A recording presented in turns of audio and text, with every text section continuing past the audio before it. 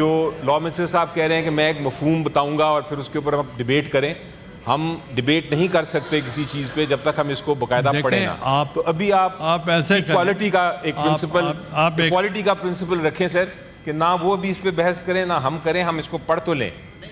یہ اگر ایک ون سائیڈڈ میں آپ کو دیں گے، I'll guide one sided opinion دیں گے جو پبلک میں جائے گی تو یہ ہمارا تو موقف آئے گا نہیں اس وقت. بیرسٹر صاحب تشریف رکھیں گے، میں بتاتا ہوں. I'd been the custodian of both the houses. یہ ہے کہ انہوں نے لے کیا اس کو ایکسپلین کر دیں گے، جب آپ بولنا چاہیں گے بول لیں پلیز. ہاں سر میں صرف یہ کاکڑ صاحب ایک سیکنڈ سر، یہ ایک رسم کے مطابق ہو لینے دیں. سر 27ویں آئینی ترمیم کے بل میں پہلی بات، چیئرمین صاحب پہلی بات جی، آپ اگر نہیں سنیں گے تو ادھر سے بھی کوئی نہیں بول سکے گا. سر اس میں ٹوٹل 49 کلوزز ہیں، لیکن میں یہ وضاحت کر دوں کہ 3 مین سبجیکٹ ایریاز ہیں اور 2 انسلری ہیں. 5 سبجیکٹ ایریاز کو یہ ایڈریس کرے گا. یہ تجویز لائی گئی ہے کہ چارٹر آف ڈیموکریسی میں پاکستان بھر کی جو جمہوری جماعتیں ہیں انہوں نے جنرل پرویز مشرف کے مارشل لاء کے دور میں یہ طے کیا کہ ہم نے اس ملک میں جمہوریت کے فروغ کے لیے آئین اور قانون کی بالادستی کے لیے مل کے چلنا ہے اور جدوجہد بھی کرنی ہے، اور کچھ فنڈامنٹلز طے ہوئے. ان میں ایک جو نقطہ تھا وہ تھا وفاقی آئینی عدالت کا قیام، جس میں ساروں صوبوں کے ججز جو ہیں سپیریئر کورٹس کے ان کی موجودگی ہو، اور وہ جو آئینی معاملات ہیں آئین پاکستان میں، وہ جو کلوزز ہیں آئین کی جو ڈیل کرتی ہیں کانسٹیٹیوشنل جورسڈکشن سے یا انٹرپریٹیشن آف کانسٹیٹیوشن سے متعلقہ، جو ہمارے آج کے قانون میں آرٹیکل 184، آرٹیکل 186، پھر 187 میں کچھ پاورز ہیں، پھر صدر صاحب کئی دفعہ ریفرنس فائل کرتے ہیں، بھیجتے ہیں، اس پہ اوپینین لیتے ہیں. وہ معاملات جو ہیں وہ آئینی عدالت سنے، اور ہماری جو ریگولر ہائی کورٹس اور سپریم کورٹس ہیں ان کا جو موجودہ ڈھانچہ اسی طرح برقرار رہے. اس میں سر سول، دیوانی، فوجداری، رینٹ، فیملی، کارپوریٹ، کمرشل، وہ سارے معاملات جو کہ 60,000 سے زائد کیسے سپریم کورٹ میں ہیں وہ وہاں پہ ان کے فیصلے ہوں، اور وہی فائنل عدالت ہوگی، اس کی کوئی فردر اپیل نہیں ہے.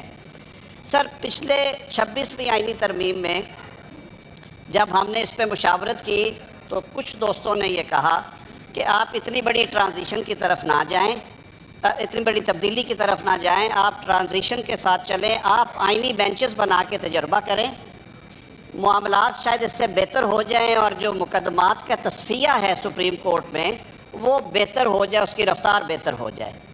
سر ہم نے بینچز 2/3 میجارٹی سے اسی ایوان میں یہ بل پاس ہوا، قومی اسمبلی نے پاس کیا، صدر مملکت نے اسینٹ کیا، یہ بل پاس ہوا، آئینی بینچز بن گئے سپریم کورٹ آف پاکستان میں. اب سر تھا یہ کہ وہی عدالت ہے، وہی جج صاحبان ہیں، جوڈیشل کمیشن آف پاکستان انہیں نامزد کر دیتے تھے. وہ دن کا زیادہ تر ٹائم کانسٹیٹیوشنل پٹیشن سنتے تھے، وہ جو معاملات ان کی جورسڈکشن میں تھے، اور باقی ٹائم پہ دیگر مقدمات بھی. لیکن سر فیکٹ آف دا میٹر یہ ہے کہ 5 یا 6% مقدمات ہیں ٹوٹل جن کا میں ذکر کر رہا ہوں. سر وہ کورٹ کا 40% وقت جو ہے وہ لے جاتے ہیں، اور باقی مقدمات وہی کے وہی کھڑے تھے. دوسرا سر کچھ لوگوں نے یہ بھی کہا کہ جی یہ کورٹ ود ان کورٹ ہے. کچھ نے یہ کہا کہ جی بینچز جو ہیں وہ جوڈیشل کمیشن بناتا ہے، اس میں لیجسلیچر بھی بیٹھی ہے، اس میں ایگزیکٹو بھی ہے، یہ کیوں ہوگا؟ یہ اعتراضات تھے. طویل مشاورت کے بعد یہ طے کیا ہے، تمام سیاسی قوتوں سے مشورہ کرنے کے بعد، اور اپوزیشن سے بھی گزارش کی تھی کہ آپ اس پہ رائے دیں، وہ دیتے رہے ہیں میڈیا کے ذریعے بھی، اور آف دا ریکارڈ بھی بات ہوئی. ہم نے کہا کہ وہ جو ایک درینہ خواہش اور مطالبہ ہے کہ ایک وفاقی آئینی عدالت قائم کی جائے، اس کی تجویز پارلیمان میں لے کے آئی جائے، جو کہ اس بل کے ذریعے آج ہم لے آئے ہیں. سر اب یہ تبدیلی آنے کی وجہ سے تقریباً 40 ایسی کلوزز ہیں آئین کی جن میں تبدیلی کرنے جا رہے ہیں، کیونکہ وہاں پہ لفظ آئینی عدالت یعنی فیڈرل کانسٹیٹیوشنل کورٹ کا ذکر ہوگا، یا اس کے چیف جسٹس کا، یا اس کے ججز کا ہوگا ذکر. اس وجہ سے تقریباً 40 جو ہیں کلوزز 49 میں سے وہ کانسیکوینشل ان نیچر ہیں، یعنی کہ وہ آئین کی کسی کلوز کا وہ جو مفہوم ہے تبدیل نہیں کر رہے، اس میں صرف اس کا ذکر کیا جا رہا ہے۔ سر دوسرا ایک ایشو آیا ٹرانسفر آف ججز آف دی ہائی کورٹس۔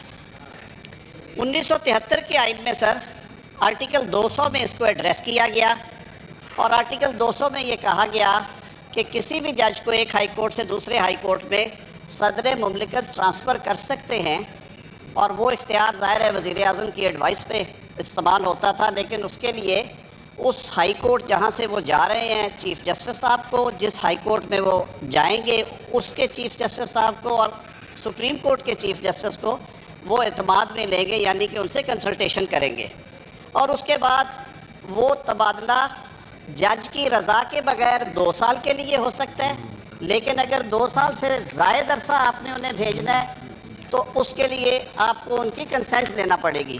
18ویں ترمیم میں وہ جو 2 سال والا معاملہ تھا اس کو بھی نکال دیا گیا اور کہا گیا کہ ان کی کنسنٹ لیں گے۔ 26ویں آئینی ترمیم میں وہی کی وہی پروویژن اسی طرح رہی، لیکن اس وقت بھی تجویز آئی تھی کہ اس میں بار بار یہ اشارہ ہوتا ہے کہ جی ایگزیکٹو کا کیوں عمل دخل ہے، تو یہ معاملہ بھی آپ جوڈیشل کمیشن آف پاکستان کو دے دیں۔ تو تجویز یہ دی جا رہی ہے کہ اگر ایک ہائی کورٹ سے دوسرے ہائی کورٹ میں کسی جج کو بھیجنا ہے، میں اس کی ایک مثال دیتا ہوں کہ بلوچستان ایک چھوٹا ہائی کورٹ ہے، لیکن اللہ تعالیٰ نے بلوچستان کو وسائل سے مالا مال کیا ہوا ہے۔ اب وہاں پہ آپ ریکوڈے کے ایک پروجیکٹ ہے، سیندک ہے، منرلز کے کام بڑھ رہے ہیں، ملٹی نیشنل کمپنیز آ رہی ہیں۔ وہاں پہ اگر بلوچستان کے چیف جسٹس صاحب یا وہاں کی بار یا ججز مطالبہ کرتے ہیں کہ ہمیں 2 سال کے لیے کمپنی کارپوریٹ میں جو جج تجربہ زیادہ رکھتے ہیں انہیں مہمان کے طور پہ بھیجیں، وہ وہاں پہ سرو کریں، واپس چلے جائیں۔ وائس ورثہ اسلام آباد لاہور میں یہ ہو سکتا ہے، پشاور اور کراچی میں ہو سکتا ہے۔ کئی دفعہ جج صاحبان خود خواہش کر دیتے ہیں کہ میرے کو فیملی ایشوز ہے، بچے پریکٹس کر رہے ہیں میرے اسی ہائی کورٹ میں، اور میں انہیں ڈسلوج نہیں کرنا چاہتا، میں کسی دوسرے ہائی کورٹ میں جا کے کام کرنا چاہتا ہوں تاکہ لوگ انگلیاں نہ اٹھائیں کہ ان کے بیٹے یا بیٹیاں یہاں پہ وکالت کرتی ہیں۔ یہ ہمارے ہمسایہ ملک میں رائج ہے۔ ہم نے کہا اس سے آپ یہ جو رول ہے وزیر اعظم کا ایگزیکٹو کا ایڈوائس پہ وہ نکال دیں۔ یہ معاملہ بھی جو کمیشن ہے ججز اپوائنٹمنٹ کا، J C P judicial commission of Pakistan under article 175، اس کے سپرد کر دیا جائے، جس میں چیف جسٹس ہوں گے، جس میں 4 اور ججز ہوں گے، جس میں بار کا نمائندہ ہے، جہاں پہ 2 اپوزیشن کے 2 ٹرائری بینچز کے ممبران ہیں، جس میں اٹارنی جنرل بھی بیٹھتا ہے، وہ آل انکلوسیو ہے، جو کہ 18ویں ترمیم کی عین روح کے مطابق بنایا گیا، اور ساتھ میں جو 2 ہائی کورٹس انوالو ہوں گے ان کے چیف ججز کو بھی بنایا جائے۔ اس میں سیف گارڈز بھی دیے گئے ہیں۔ سیف گارڈز یہ ہیں کہ چیف جسٹس جس صوبے میں بیٹھے ہوئے کوئی بھی چیف جسٹس، ان سے سینئر جج کو نہیں بھیجا جائے گا تاکہ چیف جسٹس کا عہدہ جو ہے اس کے حوالے سے کسی قسم کا کوئی تنازع پیدا نہ ہو۔ اس میں جوڈیشل کمیشن پہ چھوڑ دیا گیا کہ وہ جج صاحب کو بلا کے اس کی کنسنٹ کی بات کرنا چاہیں، کنسنٹ کے علاوہ کرنا چاہیں، کن ٹرمز پہ بھیجنا چاہتے ہیں، کتنے عرصے کے لیے بھیجنا چاہتے ہیں، وہ کلیئر کر دیا گیا ہے۔ پیچھے ٹرانسفرز ہوئی اسلام آباد ہائی کورٹ میں، کیونکہ یہ ایک فیڈریشن کا ہائی کورٹ ہے، کہا گیا کہ ایسے علاقے جن کی نمائندگی نہیں ہے، سندھ انٹیریئر سے، بلوچستان سے، پنجاب کے ساؤتھ آف پنجاب سے، وہاں سے ججز کو ٹرانسفر کیا گیا تو ان کی سینیورٹی کا مسئلہ پیدا ہوا۔ معاملہ آئینی بینچ کے سامنے گیا، انہوں نے معاملہ پھر صدر مملکت کو ریفر کیا، اور یہ بات وہ مانے کہ جو سینیورٹی ہے وہ شروع ہوگی فرام دا ڈیٹ ہی takes first oath as a جج آف ہائی کورٹ۔ یہ تو بڑی غیر مناسب بات ہے کہ ایک جج نے 2016 میں اوتھ لیا اور انہوں نے 8 سال کام کیا کراچی میں، اور اس کے بعد انہیں آپ نے بھجوا دیا لاہور میں، اور لاہور میں جا کے وہ جو 2020-21 میں اپوائنٹ ہوئے ججز ان کے نیچے جا کے بیٹھے روسٹر میں، تو یہ غیر مناسب بات تھی۔ وہ معاملہ حل کر دیا ہے کہ وہ جج صاحبان اپنی سینیورٹی جو ہیں اوریجنل سینیورٹی کیری کریں گے، وہ عارضی ہوگا یا مستقل ہوگا، اس میں ان کی 2 سارے کنٹورز دے دیے گئے ہیں۔ اس سے آگے چلتے ہیں سر، سینٹ کے الیکشنز ہوئے، سارے ملک میں ہو گئے، لیکن کچھ سیاسی کشمکش بھی تھی، کچھ عدالتی فیصلے تھے، دونوں فریقین اپنے موقف پہ قائم تھے، معاملہ عدالتوں میں رہا۔ خیبر پختونخوا میں سینٹ کا الیکشن سر 1 سال سے زائد عرصے کی تاخیر سے ہوا اور اسی فلور پہ اس کا ذکر ہوتا رہا ہے. آپ کی رولنگ بھی ہے سر چیئرمین ڈپٹی چیئرمین کے الیکشن پہ. اللہ نے کیا ہو گیا. اب یہ ایک ابہام رہنا تھا تھرو آؤٹ, اور کل کو بھی ایسی صورتحال آ سکتی تھی. ان کے ٹینیور کی پروٹیکشن اور جو سینٹ کی ہارمنی ہے, یعنی کہ سینٹ کبھی تحلیل نہیں ہوتی اور ہر 3 سال کے بعد سینٹ کے الیکشنز کے بعد اوتھ ہوتے ہیں اور پہلا کام چیئرمین اور ڈپٹی چیئرمین کا الیکشن ہوتا ہے. اس کو کسی ابہام اور تنازع سے بچانے کے لیے سر اس کو سیونگ کلاس دی گئی ہے, اس کو ایکسپلین کر دیا گیا یہ کس طرح ہوگا. چھوٹے صوبوں نے سر یہ مطالبہ کیا کہ جو 11% ہے کیبنٹ کا آپ نے رکھا ہے کہ ٹوٹل اسٹرینتھ کا 11% سے زیادہ نہیں ہوگا. پنجاب جیسے بڑے صوبے میں جہاں پہ اسمبلی جو ہے وہ 350 سے زائد پہ ہے, وہاں یہ مسئلہ نہیں آتا کیونکہ 34 یا 40 اگر محکمے ہیں تو ان کا 11% 45-46 لوگوں پہ بنے گا. سر بلوچستان میں سب سے زیادہ مسئلہ تھا, کہہ دیا گیا جی 15 یا 11% میں سے جو ہائر سائڈ پہ وہ کر لیں, لیکن اس کے باوجود وہ 15 سے آگے نہیں سے جا سکتے. اب سر پاکستان کی جغرافیے میں کوئی آدھا پاکستان جو ہے وہ بلوچستان کے حصے میں ہے. ایڈمنسٹریٹو مسئلے ہیں, ان کے دیگر مسائل ہیں. وہ بار بار کہتے تھے جی ہمیں کیبنٹ سائز تھوڑا سا بہتر کر دیں کیونکہ اس سے ہمارا کام نہیں چلتا, محکمے بہت زیادہ ہیں اور کوالٹی کی گورننس نہیں ہوتی. سندھ نے بھی سر یہ شکایت کی کہ ان کا بھی number of M P As کے حساب سے محکمے زیادہ ہیں, وزارتیں کم ہیں, اس لیے دیکھیں خیبر پختونخوا کا بھی ایشو ہوگا. ماسوائے پنجاب کا یہ تھا سر, اس 11 کو بہت سوچ سمجھ کے تجویز لے کے آئے ہیں. یہ سب تجاویز ہیں سر, یہ بل کی شکل میں آئی ہیں. پاس کرنے کا ریجیکٹ کرنے کا اختیار اس موقر ایوان کا ہے. آپ 2/3 سے پاس کریں گے یہ آئین کا حصہ بنے گا, آپ نہیں کریں گے یہ بل کی صورت میں ویسے ہی واپس ہو جائے گا. سر وہ 13% کیا ہے. ایڈوائزرز پہلے 5 کی اجازت تھی, سر نئی جہتے ہیں, بہت ٹیکنیکل ایریاز ہے, اے آئی آ گئی ہے, ڈیجیٹل ریفارمیشن ہو گئی ہے, اکانومی کے کئی کنٹورز بدلے ہیں. حکومتوں کے پاس یہ اختیار ہونا چاہیے کہ وہ تھوڑا اس کو اسٹریچ کریں. اس میں ہمارے دوستوں نے پاکستان پیپلز پارٹی نے کہا کہ اس کو بہت تھوڑا آپ کریں. باقی دیگر دوستوں سے بھی مشاورت کی, سب کا خیال تھا کہ بہت زیادہ 5 سے 7 پہ لے کے گئے ہیں. And that's all. یہ بھی تجویز ہے. سر اسی طرح 243 کے بارے میں بڑی ڈیبیٹ ہوئی ہے مختلف ٹی وی چینلز پہ بھی کہ پتہ نہیں کیا آ رہا ہے, پتہ نہیں کیا ہونے جا رہا ہے. سر اس میں ابہام کو دور کرنے کے لیے میں مناسب سمجھوں گا کہ میں وہ ریلیونٹ کلاز جو ہے اس کا مطالعہ کر دوں تاکہ کوئی چیز یہ نہ ہو کہ یہ سمجھ نہیں آئی اور اس کا ہمیں پتہ نہیں چلا. یہ ہے سر سروسز کے بارے میں. اس میں سر تبدیلی کی کیوں ضرورت پیش آئی؟ جناب چیئرمین, اللہ تعالیٰ نے اس ملک پہ اپنا خاص فضل کیا اور ہمیشہ سے رہا ہے, لیکن اس کی رحمتوں کی جو برسات اور اس کے فضل و کرم کا جو عالم ہم نے مئی 2025 میں دیکھا, اس پہ ساری دنیا جو ہے اس کی نظریں پاکستان کی طرف ہیں. پاکستان پہ ایک جھوٹا الزام لگا کے بھارت نے ایک ڈھونگ رچا کے پاکستان کی علاقائی سلامتی کو وائلیٹ کرنے کی کوشش کی. 1 دفعہ نہیں 2 دفعہ کی, اور پھر جو بفٹنگ رسپانس دیا افواج پاکستان نے اس کی پوری دنیا مترف ہے, چاہے وہ سپر پاورز ہیں, چاہے وہ اسلامی بلاک کے ممالک ہیں, چاہے وہ اس ریجن میں بسنے والے دیگر لوگ ہیں. جناب چیئرمین, جب اسٹریٹجک چیزوں کی بات ہوتی ہے تو میرے خیال میں ہمیں بہت احتیاط کے ساتھ باتیں کرنا چاہیے, اور میں یہ عرض کروں گا اپنے دوستوں سے کہ اس ساری اسکیم کو پہلے پڑھ کے سمجھ کے اس پہ ضرور بحث بھی کریں, اس کو ڈسکس بھی کریں, لیکن اس میں پاکستان کی عزت وقار اور سالمیت کا عنصر ضرور ملحوظ خاطر رکھیے گا. جن جوانوں نے شہادتیں دی ہیں اور جن جوانوں نے یہ جنگ جیت کے دی ہے اور جن کمانڈروں نے اس کو لیڈ کیا ہے وہ قومی ہیرو ہیں. ہمیں ان کی عزت اور وقار کا احساس ہے. اب جو نئے زمانے کی جو جہتیں ہیں اور جو انٹرنیشنل ٹرینڈز ہیں ان کو سامنے رکھتے ہوئے 243 میں کچھ چیزیں جو ہیں ان کو انٹروڈیوس کرایا جا رہا ہے. کوئی سسپینس نہیں, میں اس کو پڑھ دیتا ہوں. پہلی بات تو یہ ہے سر کہ chairman joint chief of staff کا جو عہدہ ہے وہ رواجن کنونشنلی ہماری آرمی نہیں تھا, کمانڈر ان چیف ہی ہم کہتے تھے. جو ملٹری کے چیف آف آرمی سٹاف تھے وہی لیڈ کرتے تھے ڈیفینس فورسز کو. پھر ہم نے chairman joint chief of staff committee بنائی اور اس کے چیئرمین ایک مقرر کیے. اب تجویز یہ ہے کہ جو چیف آف آرمی سٹاف ہیں انہوں نے کیونکہ ان کی خدمات اور حالیہ جنگ میں ان کی جو کامیابی ہے اور جو عزت اور تکریم انہوں نے دیگر سروسز چیفز کے ساتھ مل کے اس قوم کو پیش کی ہے، اس قوم نے اس کو ریکگنائز کرتے ہوئے انہیں فیلڈ مارشل کے ٹائٹل سے نوازا۔ فیلڈ مارشل کا ٹائٹل جو ہے وہ ایک ٹائٹل ہے، رینک ہے، وہ اپوائنٹمنٹ ایز سچ نہیں ہے۔ آرمی چیف جو ہے وہ اپوائنٹمنٹ ہے، اس کا ایک ٹائم فریم ہے، وہ 5 سال کے لیے ہمارے قانون کے مطابق on the expiry of that time whatever is mentioned in the law وہ عہدہ چھوڑ دیتے ہیں unless until he has been granted extension by the competent authority۔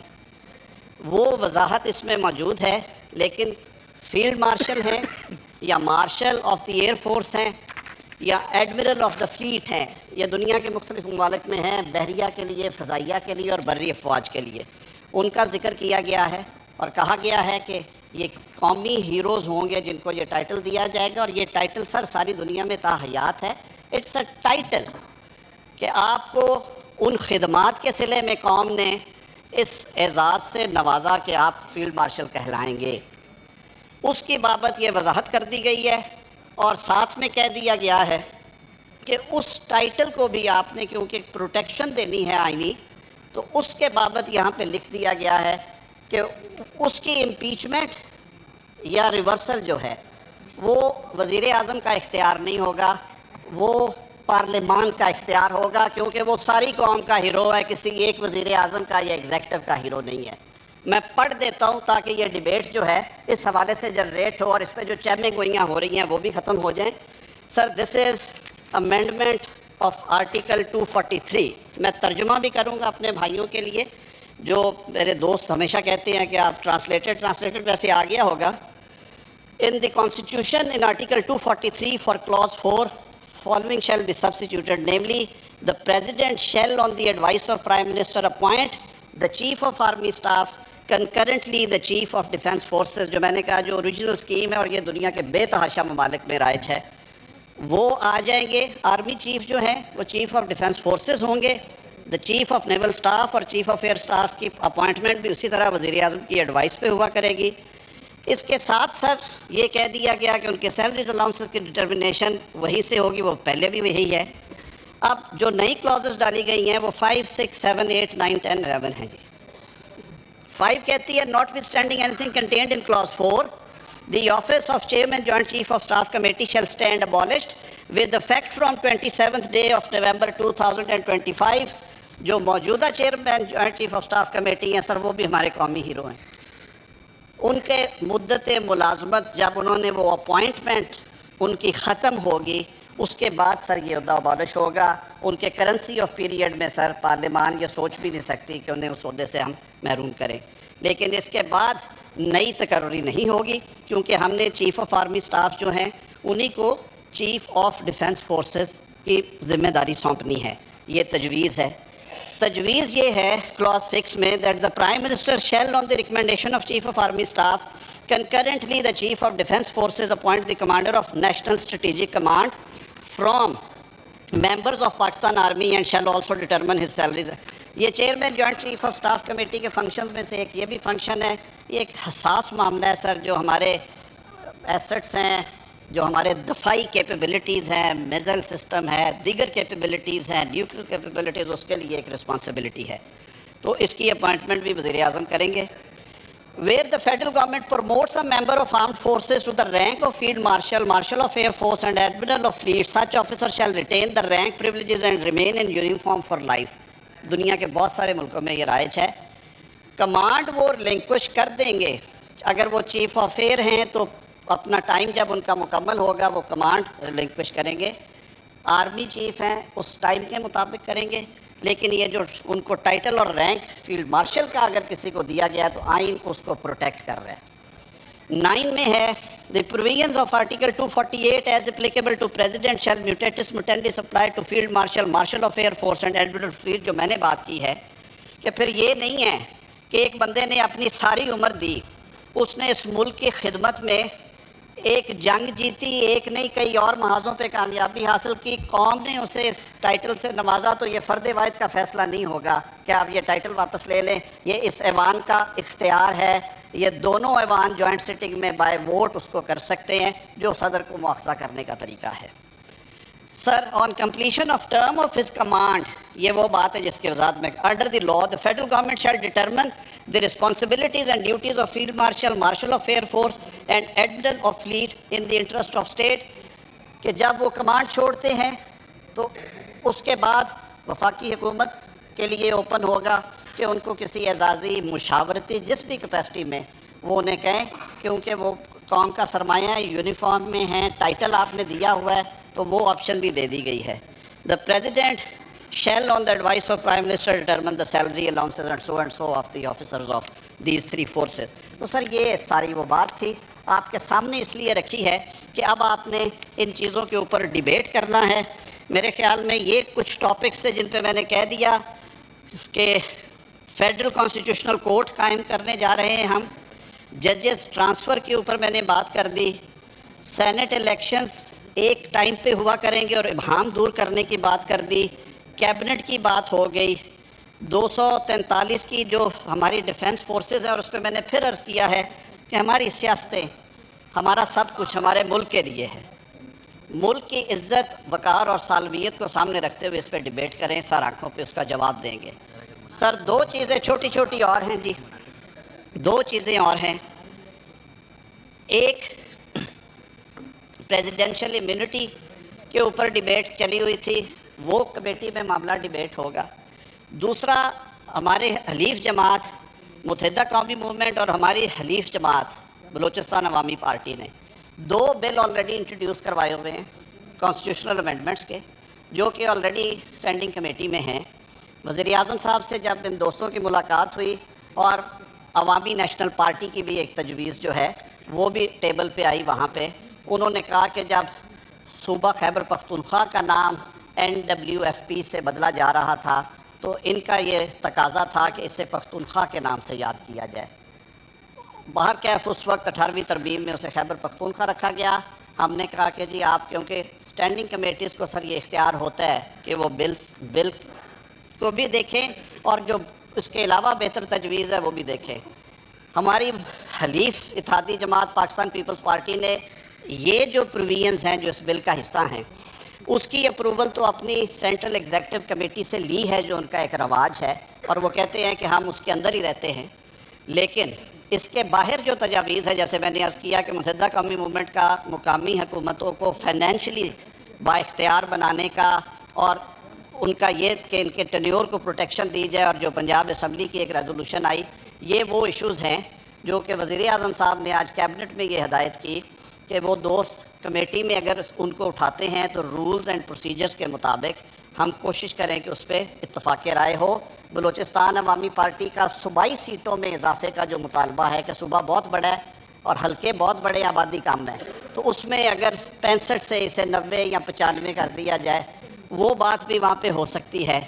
ایمل ولی خان صاحب کی جو تجویز ہے کہ اس کو بھی آپ کنسیڈر کریں کہ جہاں پہ پختون بستے ہیں اس صوبے کا نام، جیسے بلوچوں کے صوبے کے لیے ہم بلوچستان، اور سندھی بھائیوں کا سندھ اور پنجابیوں کا پنجاب ہے، تو یہ بھی آپ ڈیبیٹ کر لیں وہاں پہ۔ سر